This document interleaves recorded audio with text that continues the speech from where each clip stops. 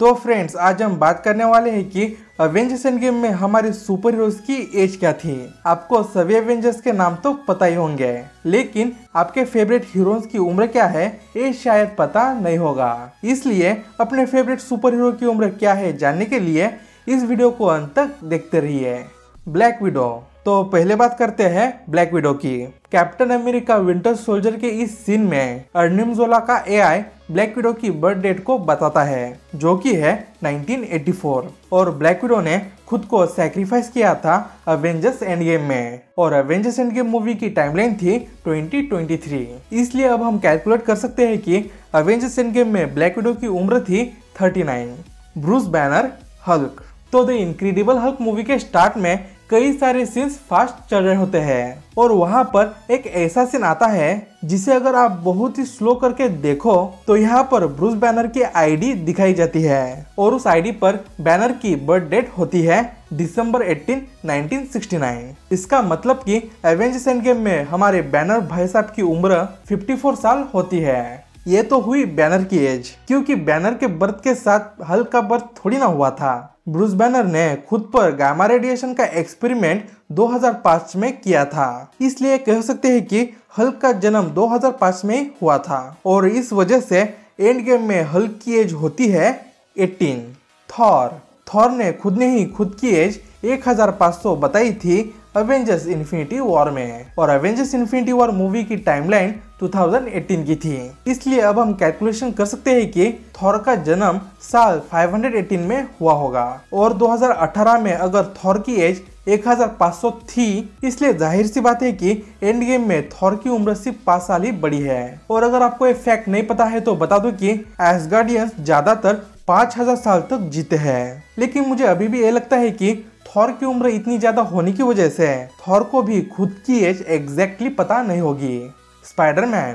तो Spiderman Homecoming की timeline 2016 की है, और होमकमिंग मूवी में ही पीटर ने कहा था कि उसकी एज 15 है। तो 2016 में स्पाइडरमैन की उम्र अगर 15 थी, तो 2018 में इन्फिनिटी वॉर में जब स्पाइडरमैन धूल बन गया था तब उसकी एज 17 थी। और अब हम अगर एवेंजर्स एंड गेम की बात करें तो एंड गेम के टाइमलाइन तक स्पाइडरमैन पूरे 5 साल के लिए अस्तित्व में ही नहीं था, इसलिए इन्फिनिटी वॉर में धूल बनने के बाद स्पाइडरमैन की उम्र बड़ी ही नहीं थी, ना स्पाइडरमैन की और ना ही दूसरे सभी कैरेक्टर्स की जो कि धूल बन गए थे।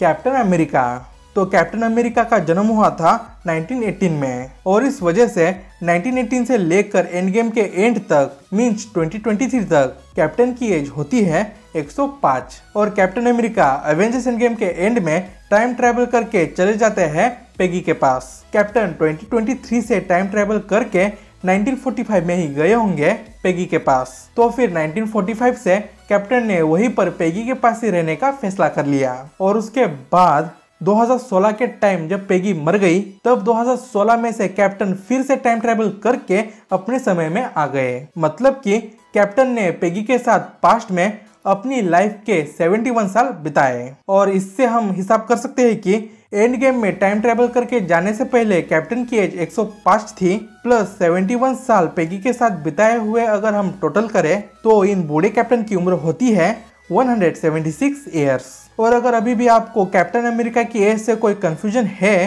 तो आप हमारी इस कैप्टन अमेरिका की मोस्ट कॉम्प्लिकेटेड एज ब्रेकडाउन की वीडियो को देख सकते हो। बकी बार्न्स AKA विंटर सोल्जर। इसकी बर्थ डेट है 10 मार्च 1917, इसलिए बकी की एज इन्फिनिटी वॉर तक होती है 101, और फिर तो धूली बन गया था। निक फ्यूरी, शील्ड के डायरेक्टर जिन्होंने अवेंजर्स इनिशिएटिव की बुनियाद रची थी, उनकी बर्थ डेट है जुलाई 4, 1950, मतलब कि निक फ्यूरी इन्फिनिटी वॉर में 68 साल के थे। Hawkeye.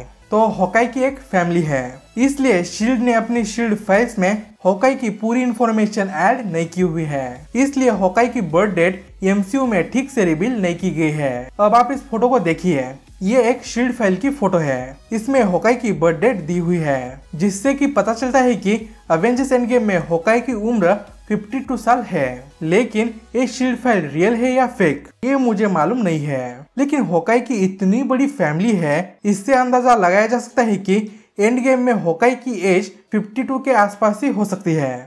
Iron man. Marvel cinematic universe में टोनी स्टार्क की ऑफिशियल एज शील्ड की फाइल्स के जरिए रिवील हुई थी। और डोंट वरी, ये शील्ड फाइल एकदम ओरिजिनल है। और जैसा कि टोनी स्टार्क का जन्म 1917 में हुआ था, इसलिए एवेंजर्स एंड गेम में टोनी की उम्र थी 53। विजन, हाँ पता है कि एंड गेम में विजन नहीं था, लेकिन विजन की एज बहुत ही इंटरेस्टिंग है क्योंकि विजन का जन्म एज ऑफ अल्ट्रॉन में हुआ था, मतलब कि 2015 में, और वो 2018 में इन्फिनिटी वॉर में मर गया। मतलब कि इन्फिनिटी वॉर में विजन सिर्फ 3 ही साल का था। ग्रूट एक अलग ही स्पीसीज का है, इसलिए उसकी एज बहुत ही ट्रिकी है। जेम्स गन ने खुद ग्रूट की उम्र के बारे में बताया था। जेम्स गन ने कहा था कि जैसे कि रियल वर्ल्ड में डॉग्स की ग्रोथ रेट इंसानों से अलग होती है, वैसे ही ग्रूट की भी ग्रोथ रेट सबसे अलग है। मतलब कि आपको तो पता ही होगा कि ज्यादातर डॉग्स सिर्फ 12 से 13 साल तक ही जीते हैं और उसमें ही डॉग्स बूढ़े भी हो जाते हैं। वैसे ही जेम्स गन ने कहा कि फर्स्ट गार्डियंस मूवी में इस ग्रूट की एज 1 थी। फिर सेकंड गार्डियंस की मूवी का टाइमलाइन पहली वाली से सिर्फ 2 महीने बाद का था और उसमें ग्रूट 2 साल बड़ा हो गया था। मतलब गार्डियंस ऑफ द गैलेक्सी 2 में ग्रूट 3 साल का था। फिर जेम्स गन ने कहा कि इसका मतलब ये नहीं है कि ग्रूट की एज हर महीने एक बढ़ती है। फिर guardians of the Galaxy 2 movie से इन्फिनिटी वॉर की टाइमलाइन 4 साल बाद की थी और जेम्स गन ने कहा कि इन्फिनिटी वॉर में ग्रूट टीनेजर भी नहीं था, बल्कि वो 12 साल का था। इससे आप समझ ही सकते हो कि ग्रूट की उम्र एक अलग ही स्पीड में बढ़ती है। डॉक्टर स्ट्रेंज, हमारे मायावी महागुरु की बर्थ डेट अभी एमसीयू में रिवील नहीं की गई है, लेकिन डॉक्टर स्ट्रेंज मेरे फेवरेट हीरो है, इसलिए चलिए इनकी एज गेस करने की कोशिश करते हैं। तो इन्फिनिटी वॉर की टाइमलाइन के समय, मतलब कि 2018 में हमारे रॉबर्ट डॉनी जूनियर की एज थी 53 और आयरन मैन की एज थी 48 इयर्स। मतलब कि रियल एक्टर और इनके कैरेक्टर आयरन मैन के बीच में पूरे 5 साल का फर्क था। तो 2018 में बेनेडिक्ट कम्बरबैच की उम्र थी 42 इयर्स। तो अब इनके एज में से अब हम 5 साल माइनस करते हैं, तो इस तरीके से डॉक्टर स्ट्रेंज की उम्र 37 साल हो सकती है। और अब एवेंजर्स एंड गेम में बाकी के जितने भी सुपर हीरोज बचे हैं, उनकी बर्थ डेट को मूवीज में रिवील नहीं किया गया है, इसलिए उनकी एज भी एक मिस्ट्री ही है। लेकिन उन बाकी के कैरेक्टर्स के रियल एक्टर्स की एज को आप स्क्रीन पर देख लीजिएगा। तो आज के लिए बस इतना ही। अगर आप हमारे चैनल पर नए हो तो चैनल को सब्सक्राइब करना मत भूलिएगा और कर दीजिएगा इस वीडियो को एक लाइक भी। तो मिलते हैं next time with more interesting content.